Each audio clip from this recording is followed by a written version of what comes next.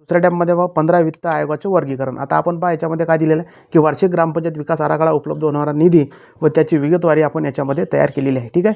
त्याच्यानंतर इथं तुम्ही तुमच्या ग्रामपंचायतचं नाव टाकून एडिट करून तुम्ही हे एक्सेल शीट तुमच्यासाठी सुद्धा वापरू शकता. ठीक आहे. सध्या मी माझ्या ग्रामपंचायतचं नाव टाकलेलं आहे. इथं 15 वित्त आयोगाच्या जागी आपल्याला 16 वित्त आयोग करून घ्यायचा आहे. ठीक आहे. त्याच्यानंतर इथं 16 वित्त आयोग, त्याचबरोबर इथं तुम्ही बघू शकता इथं सुद्धा 15 वित्त आयोग आहे, इथं 16 वित्त आयोग करायचा आहे.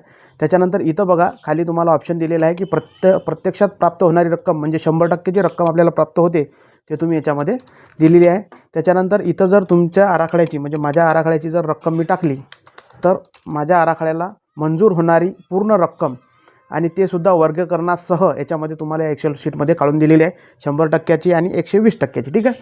त्याचबरोबर बंदितमध्ये निधीची वर्गवारी याच्यामध्ये काढून दिलेली आहे 60%, 40%. त्याचबरोबर 1.2ची सुद्धा काढून दिलेली आहे. सर्व माहिती याच्यामध्ये तुम्हाला फक्त एका क्लिकवर होणार आहे. ठीक आहे. याच्यात 100%वर क्लिक केलं की सगळे याच्यामध्ये फॉर्म्युले ऑलरेडी ॲड आहेत. फॉर्म्युले ॲड झाल्यानंतर तुम्हाला सर्व रकमा जे आहेत ते काढून देण्यात आलेले आहेत. ठीक आहे.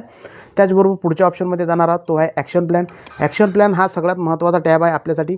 याच्यामध्ये तुम्ही बघू शकता की ही सर्व माहिती आपण याच्यामध्ये दिलेली आहे. राष्ट्रीय ग्राम स्वराज अभियान, आमचा गाव आमचा विकास, GPTP मार्फत ग्रामपंचायतचा विकास आराखडा वार्षिक सन 2025-26चा आपण आता तयार करत आहोत.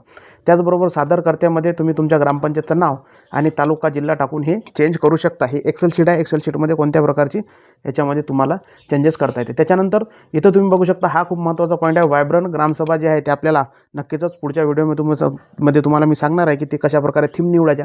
तर याच्यामध्ये तुम्ही मिनिमम 1 किंवा ॲटलिस्ट 2-3 जे हे असतात थीम असतात ते तुम्हाला इथं निवडायच्या आणि त्याची माहिती याच्यामध्ये तुम्ही टाकू शकता. ठीक आहे.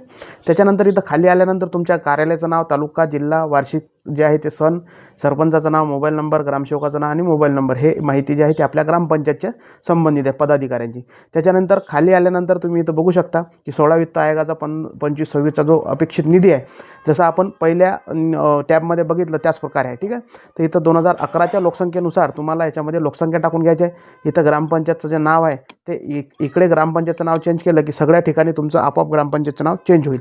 त्याचबरोबर तुमची लोकसंख्या इथं दिलेली आहे, त्याचेसुद्धा टॅब्स जे आहेत त्याचे फॉर्म्युले लावलेले आहेत आणि त्याची वर्गवारी, त्याचबरोबर अनुसूचित जाती, अनुसूचित जमातीचे प्रमाण हे सुद्धा याच्यामध्ये टाकून दिलेले आहे. ठीक आहे. तुम्ही एकूण लोकसंख्या, अनुसूचित जाती, अनुसूचित जमाती इतरची माहिती ऑलरेडी याच्यात एकदा टॅप केल्यानंतर ही सर्व माहिती याच्यामध्ये भरली जाते. त्याचबरोबर आराखडा मंजुरीची जी तारीख आहे ते सुद्धा तुम्हाला इथं टाकता येते. त्याचबरोबर ठराव जो आहे तो सुद्धा इथं टाकता येतो.